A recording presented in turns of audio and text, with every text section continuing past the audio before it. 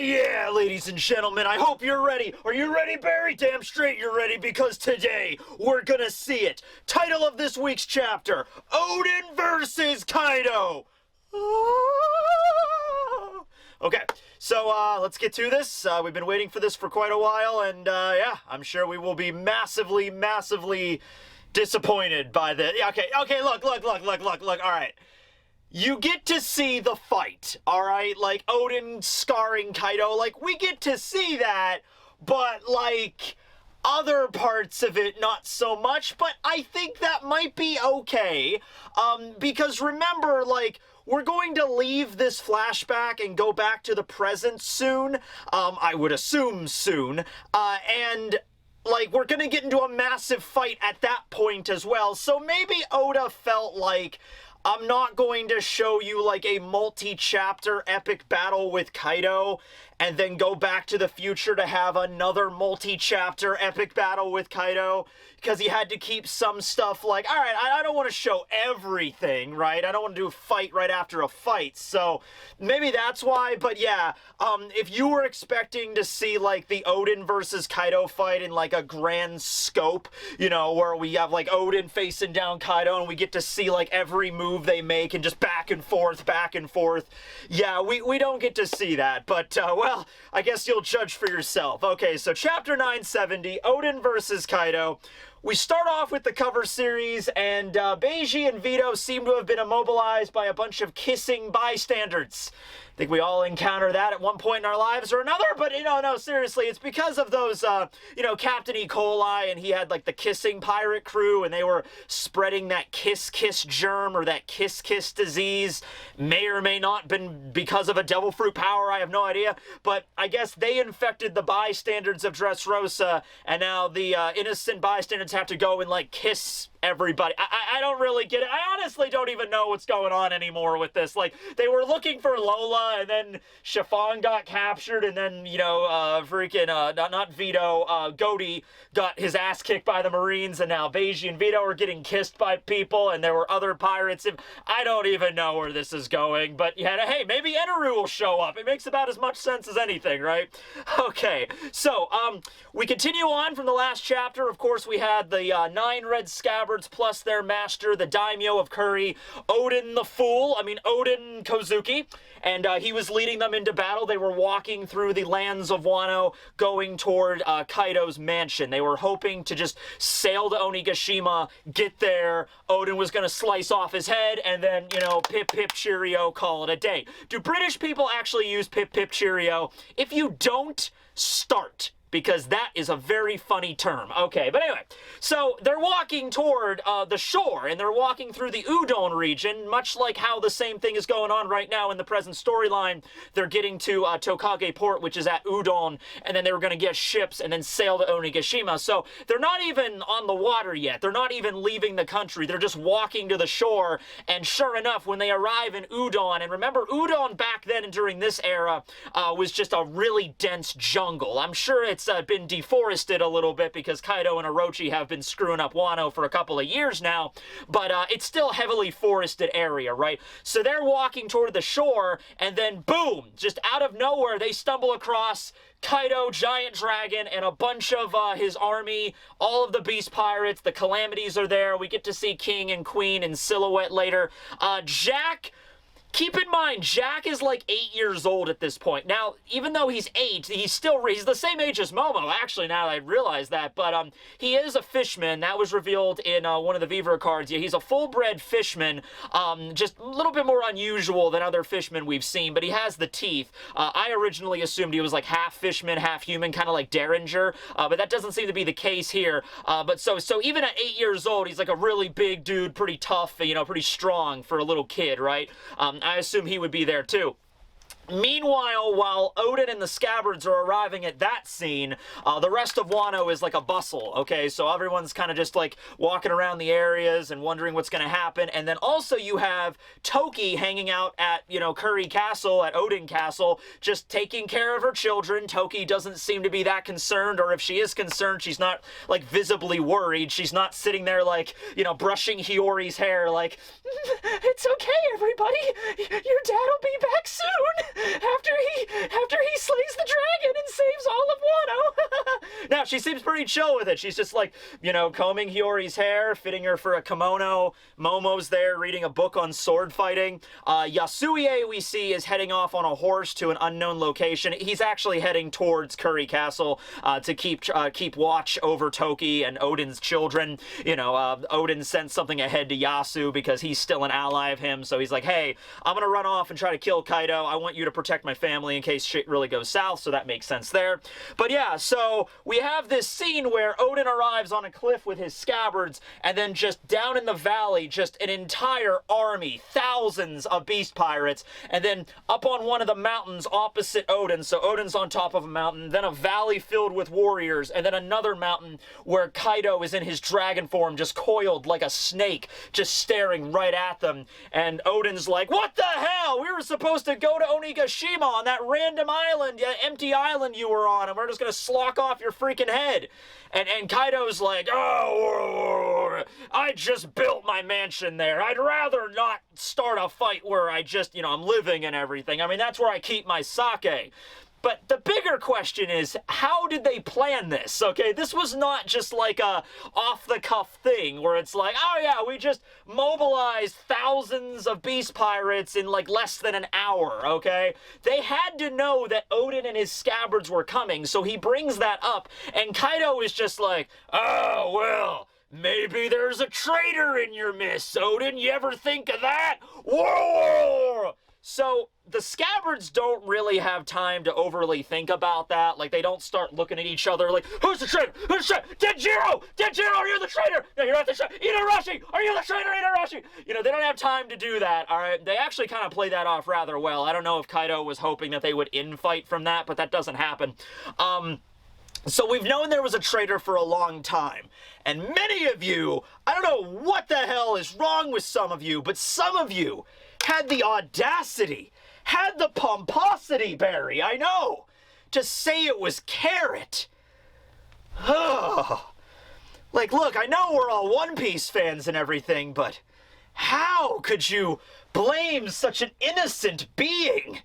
But no, apparently there is a traitor. We figured that much, but this is 20 years ago. This is like 5 years before Carrot was even born. So unless you want to throw out the idea that Carrot is in fact some sort of immortal mink bunny vampire, no, that just doesn't make any sense. She's been out in the sunlight multiple times. No, that doesn't make any sense. But no, like, it's not Carrot. It's probably one of the scabbards, which is what we're supposed to lead to believe here. Or somebody very close to them, somebody in Odin's camp. Probably not Yasuie, considering he basically martyred himself in the future because of, you know, Orochi and everything, so probably not him. You know what? Let's play a game. Let's play a game. Let's think of the most less likely person it could be. Hiyori. 6-year-old child. Let's roll with that, right? It's Hiyori. Hiyori's the traitor. Now, honestly, I'm thinking Toki. And the only reason I'm thinking Toki is because she seems very, very chill in this chapter. We saw her earlier just combing Hiyori's hair, just being really chill. She was alright. But later on, we also get to see her again, and she's also not looking that afraid. So, I don't know, but if it's not Toki, if it is one of the scabbards, man, I don't want to... See, that's the thing. I feel like Odin wants us to look at all of the scabbards very seriously. Which one is the traitor, right? You know, like, especially, like, okay, like, Denjiro we only just got to know during this flashback, okay? So we don't know him as much. Ashura Doji, he seems like a stand-up fellow. I mean, he's done some messed up things in the past, but all for, like, the greater good, so I don't think it would be Doji. Inuarashi and Nekomamushi, most likely not, considering all the stuff they went through, you know, protecting Zo and all that stuff. Kanjuro or Raizo?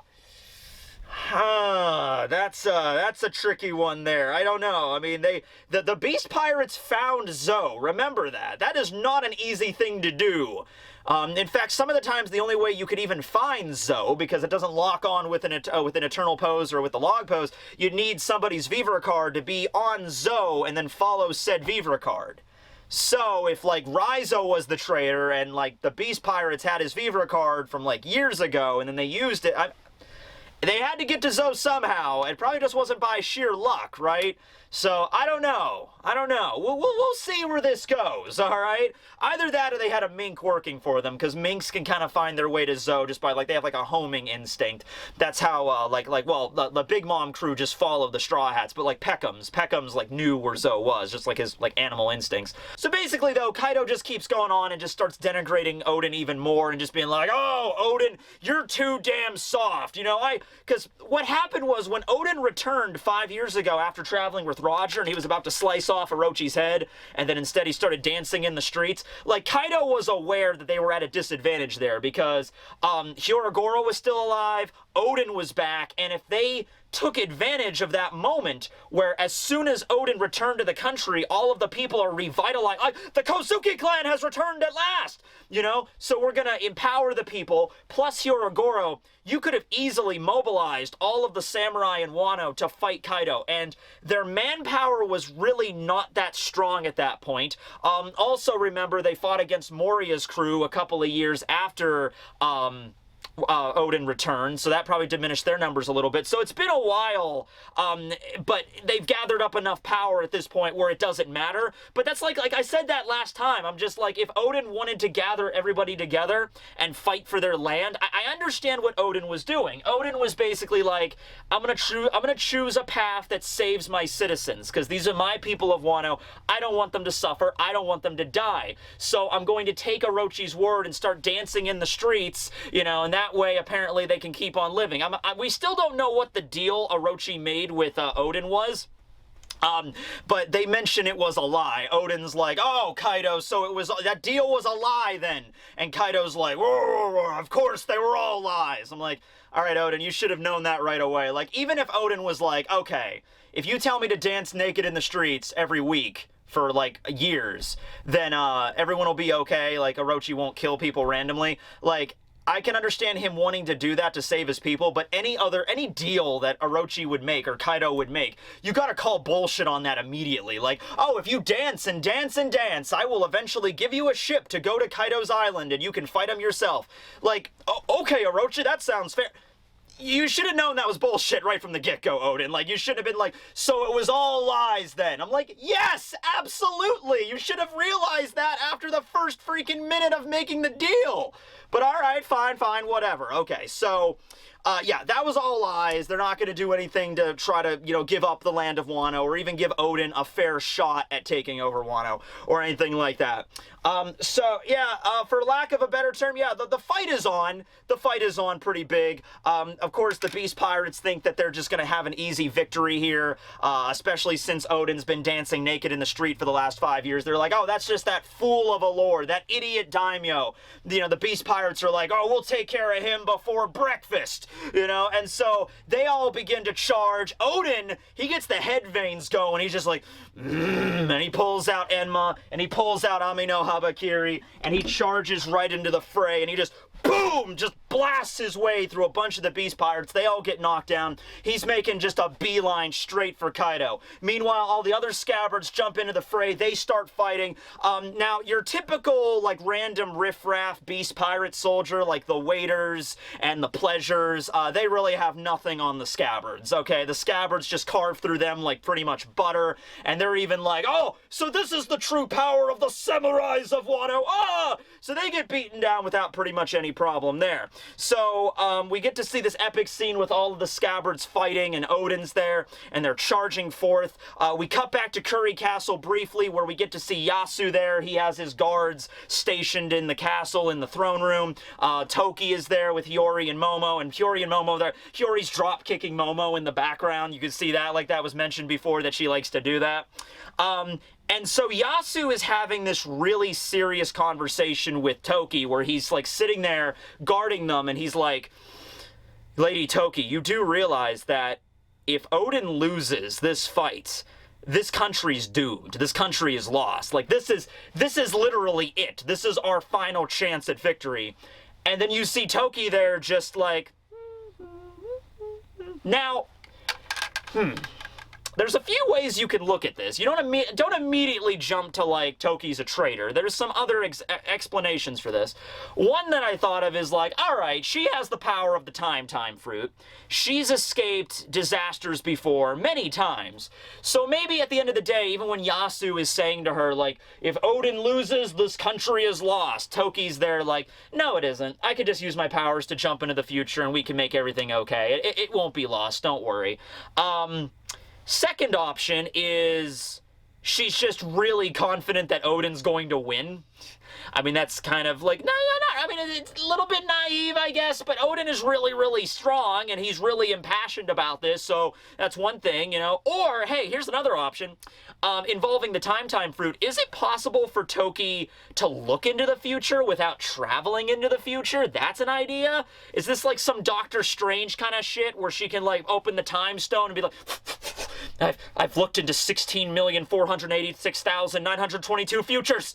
And, yeah, there's a good half of them where we win. So, yeah, if Odin loses this fight, I'm going to send the scabbards into the future, and then these weird group of straw-hatted pirates are going to show up. There's a robot is one of them, and there's a talking skeleton. I don't really get the vision, but apparently they win at the end of the day, so everything's good.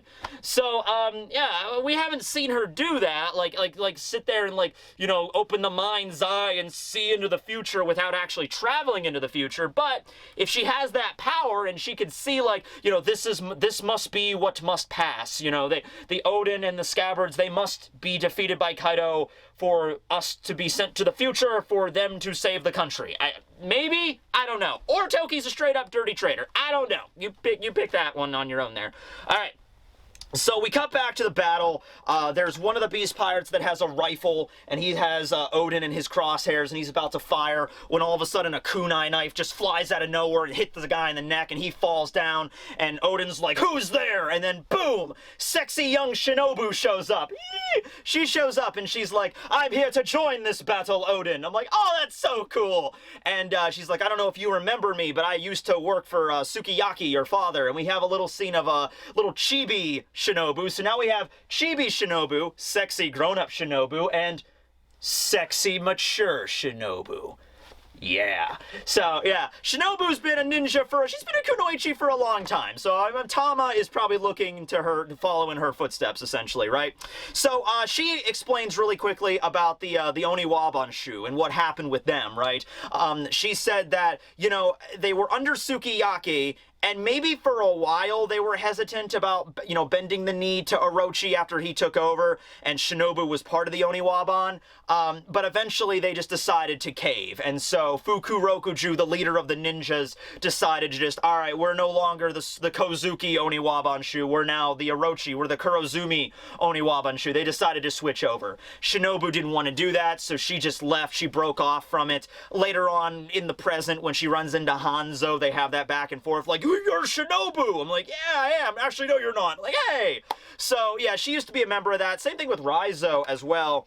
And so Raizo even mentions to her, like, you know, we walk on a path of thorns, Shinobu, or, you know, you did not take the easy path. You could have stayed with the ninja. You could have stayed with the Oniwaban and just obeyed Orochi, and you probably would be living the high life right now. But you decided to follow the difficult path and follow what you believe in, and that's the Kozuki clan, and that's Odin. So that's pretty cool. So now they've, you know, Ninja Shinobu has joined your party. Do-do-do-do. So now we have 11. All right, cool. Hey, look. The Straw Hats were 10, you know, including Jinbei back then, fighting against 100,000 fishmen, and they were able to work out okay. So, you know, 11 samurai, or like, you know, 10 samurai plus 1 ninja, or I guess 9 samurai plus 2 ninjas, you know, fighting against 1,000 or thousands of beast pirates and a giant dragon. They got this. They got this locked down. Or do they? No, they don't, actually, because, yeah, while most of the beast pirates fall like, you know, cordwood, then you have the calamities showing up. You get a silhouette of Queen, you know, swinging a giant bat around in front of Kanjuro and Denjiro, and then you see Raizo get the crap beat out of him by King. So everyone that was curious, make a mental note. King is stronger than Raizo. All right, we all good on that? King stronger, Raizo. Make the note, all right? So that's not working out too well. They're getting some resistance there. The narrator comes on and says, you know, the battle with these 11 samurai and these thousands of pirates, you know, it lasted a very long time. The scabbards put up way more resistance than the beast pirates expected them to. It lasted a lot longer than expected. We don't know how long it lasted, but I'm going to assume this battle went on for, you know, like, this is either like a Katakuri Luffy battle where it takes like 14 hours to resolve, or it might have even taken days. We see Kaido launching his Boro breath. We see Odin getting hit by it and flying back, and he gets back up and he's like, ah! And this just continues on and on and on. Eventually, Odin uses, you know, two-sword style, Odin two-sword style, Totsuka Paradise. And then shing! So it's a Totsuka blade, considering especially Ame no Habakiri is one of the Totsuka blades used by Susanoo to slay the Orochi in Japanese mythology. So that's where, boom, we get the X-shaped scar on Kaido. It was caused when he was in his dragon form. It ripped right through his scales. Odin's haki and his swords were strong enough to just puncture right through that. And Kaido feels the pain from that. He just, boom, and he's like, oh, and he lands on the ground. Odin spins around, he takes his sword, and is just like, this is it! Stay out of my country! And he goes to straight up lop off Kaido's head. And it's like, this is it! It's over, Kaido! And at that exact moment, one of the random beast pirates pulls Momo out of nowhere. Like, you know, father, please don't let him hurt me. And so Odin looks over to see his 8-year-old son held at knife point by one of the beast pirates. Like, yeah, Odin. And so he gets distracted for a modicum of a second, and then boom! Kaido goes back into his human form or his Oni form or whatever the hell you want to call that. Takes out his Konombo and just BAM! Just bashes Odin right upside the head. He falls down. Even then, that was the thing that one-shot Luffy. Even getting smacked in the head with that, you know, and by the way, Kaido is 20 years younger here, so he's probably stronger, I would assume, but he gets knocked to the ground, and Odin, like, gets up, and he's, like, bleeding profusely. He's like, oh, I'm still good, oh, but he's, like, wobbly, and, yeah, that's actually how the fight ends. Oh, and probably a little piece of important information. Yeah, Momo wasn't actually there. It was actually Higurashi, the old witch hag that helped out Orochi using her Mane powers to transform into Momo.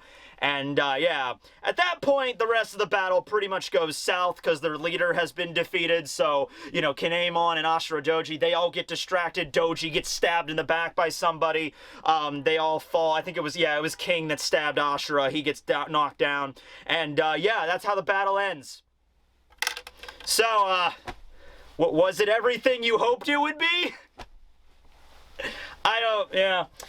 So like I said, I think Oda's like, I'm not going to show an entire big epic battle and then cut back to the future to show another epic battle. I really want to get through this flashback so we can get back to the present. We've been in this flashback since chapter 960, so over 10 chapters at this point.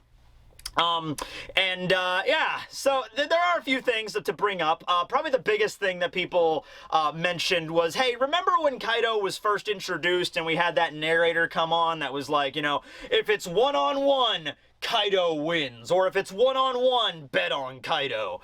Be like, all right, that's kind of BS, as we find out here, right? Now, you know, to be fair, though, we didn't really get a lot of fights with Kaido, right? We only saw Kaido really fight against Luffy. We've heard of fights, like we knew he fought Odin, but this was the first time we actually got to see how that fight went down. So the credulity of that narrator, whether it be like, you know, that's actually the case, like if it's one-on-one, Kaido will always win, or if that's more of just like a saying that the people in the world say, like if it's one-on-one, Kaido wins. That might just be a rumor or a legend when dealing with this particular emperor.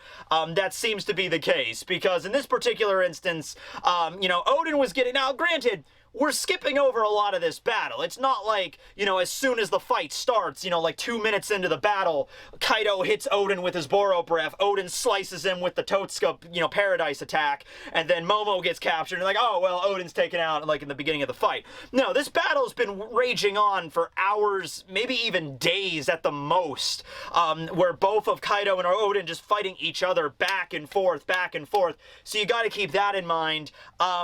But yeah, the way Kaido won this, I mean, it fits. I mean, he's a pirate, right? You would expect that to be the case. He's going to do some dirty, underhanded tactics there. And Higurashi, the old woman, she's screwed with everybody else in the country with her mane powers, so this should not really be any different, right? I was honestly expecting the barrier dude to show up and protect Kaido again, you know, like something like that.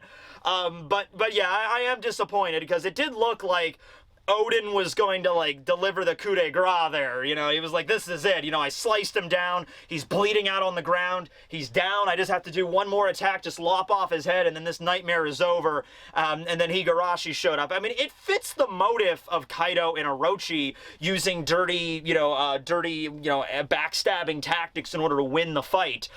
They've done that before plenty of times. But yeah, it showed, if anything, like, Odin was, certainly strong enough to defeat Kaido. In my opinion, from what we saw, yeah, Odin at that point was, if not at the same level of Kaido, a little bit higher than Kaido.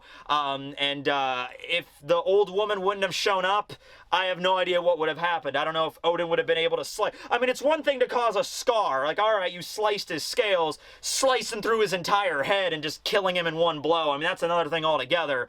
Any number of things could have happened there. But, yeah, it's a little disappointing, I will admit, to see that go down that way. And it just makes you hate Orochi and Kaido even more, and that old lady. But the old lady's dead by now, so there's nothing we can really do with that. But it still makes me hate them, right? So now we cut over to a few days later.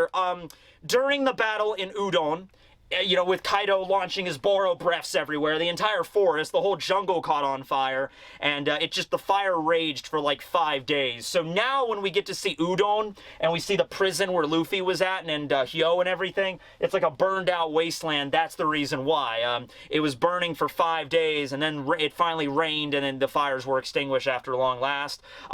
We cut over to Rasetsu Town in the flower capital, where the prison, you know, gallery is, and then, you know, all the scabbards are locked away in there, and so is Odin. Shinobu is freed, and she's remembering what happened after Odin and his scabbards were captured. Shinobu was captured too, but Odin basically was like, I don't know this ninja. She showed up out of nowhere. She's trying to assassinate me.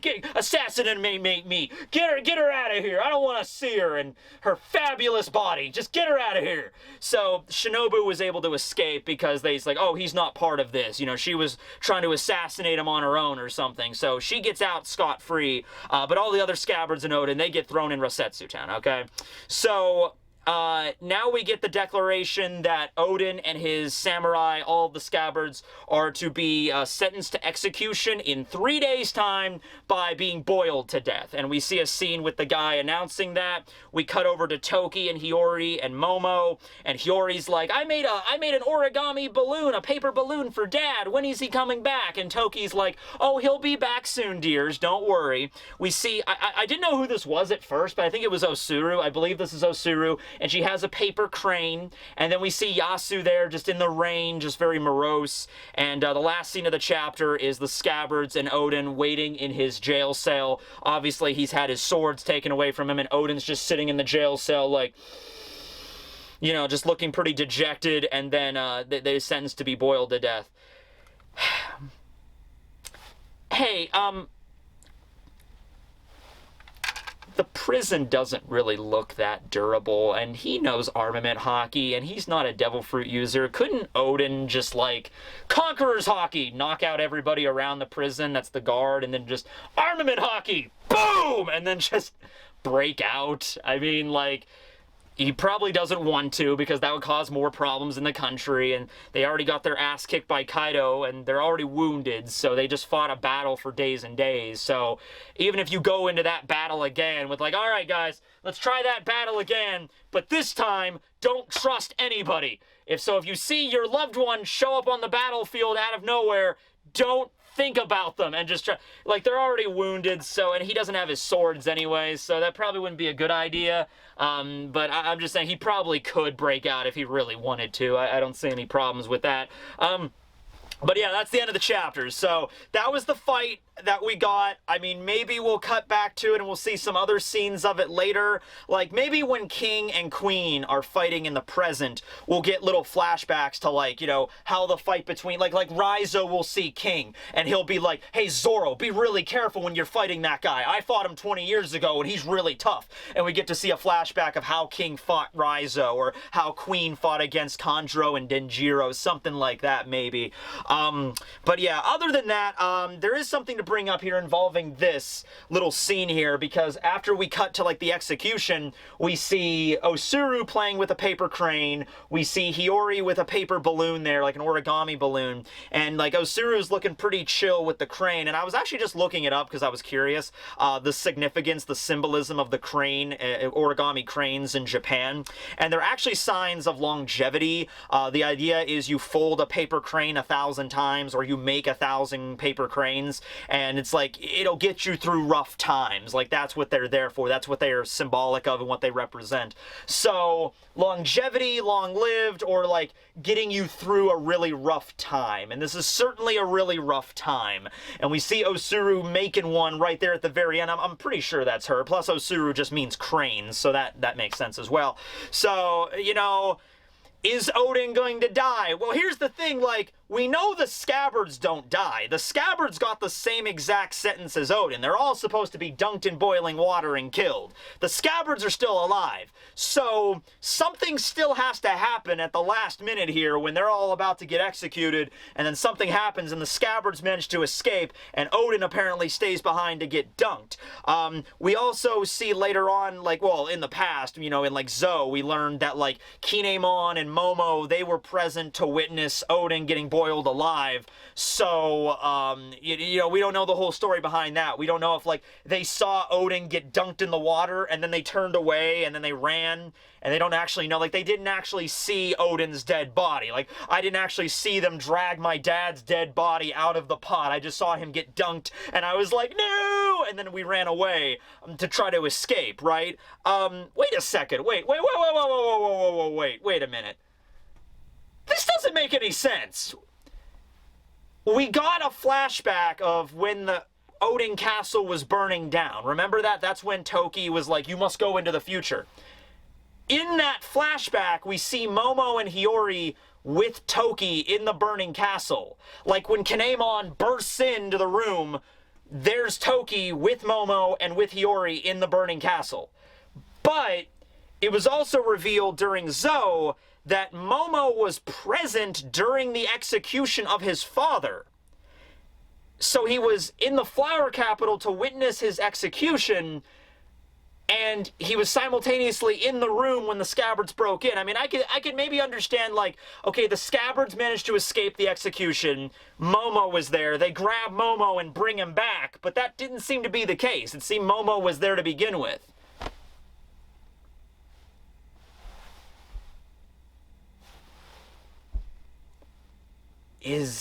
No, I was gonna say, like, wait a minute, is the Momo that's with the Straw Hats right now the witch? I was like, whoa, that, I know Chopper, right? Like, no, that's probably not the case, no, because if it was the witch, no, because the Mane Mane no Mi got reset, no, that's impossible, that can't happen, no, I was just like, a little confused there. Maybe you could clear that up for me there, because I'm pretty sure, like, when they broke into the castle when it was burning down, like, Lord Momo, Lord Toki, Lord Hiyori, and they were there, and that happened right after the execution, apparently. Like, they were at the execution, while Orochi was executing Odin and the scabbards, Kaido was lighting the freaking castle on fire. That was supposedly happening simultaneously. So, I don't know. I don't know what's going on here.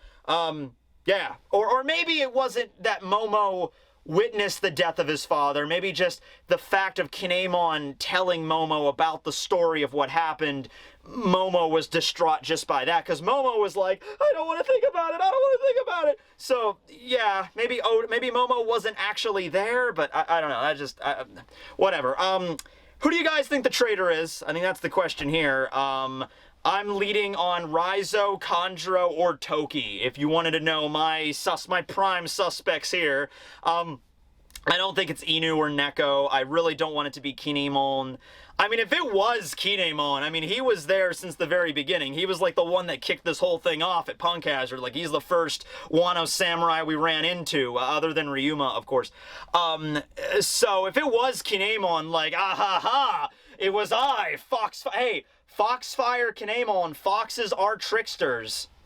We know that from Naruto and Japanese mythology, right? So, oh man, like, I'm trying to think, like, okay, maybe not so much who's the most unlikely traitor, but like, who would you be most, like, upset to find out it was the traitor? And for me, that would be, like, yeah, the first guy we ran into in Kinemon. Kinemon's not, like, my favorite character or anything, but I like him well enough. I think he has an interesting little quirky things and personality, and he was, like, the leader of the scabbards, you know, and he was kind of the one that's organizing all this together. If he was the... No, I don't want it to be Kinemon, but maybe. I don't know. Let me know below what you think about the traitor. We're probably just going to get one more chapter with this flashback. I would be very surprised if we got any more than that. One more chapter of the flashback to include the execution of Odin, how the scabbards escaped, tie back into what we already saw with the burning of Odin Castle in Curry, and then Toki sending the scabbards into the future, and then we can cut back to the present with the scabbards on the shore of the Tokage port about to approach Onigashima. I think next chapter we can wrap all this up, right? And also, I heard a rumor. I mean, this is just, you know, rumors, and that's nothing more than that. But I heard, like, this flashback section here, that's actually going to be all of Act 3. Like, originally, Act 3 was going to be the flashback and the battle, but this might actually be, like, Act 3 is just the flashback, and then Act 4 is when the battle gets started. So that's possible. That can go too. We'll see. But I'm not with that. I think it's actually going to cut back to the battle, and then that's going to be most of Act 3. I think Act 3 is going to be the longest. I just feel it from, like, the Kabuki play structure and stuff. But we'll see. Thanks for watching, everybody. This will be Tekking and Barry signing out. Let me know what you think below, because there's a lot of stuff that happened this time. Later. Oh, and Super Bowl Sunday, yeah! Go Chiefs, I guess. I'm not really that big of a football fan, but I think the 49ers won, like, you know, 5 Super Bowls, and the Chiefs won, like, 1 back in, like, 1970. So, like, 50 years ago, hey, 50 years later, they come back and they get a Super Bowl victory. That'd be cool, right? All right. Guess I'll go for the Chiefs. Yo, Chiefs! Yeah! All right. Bye, everybody.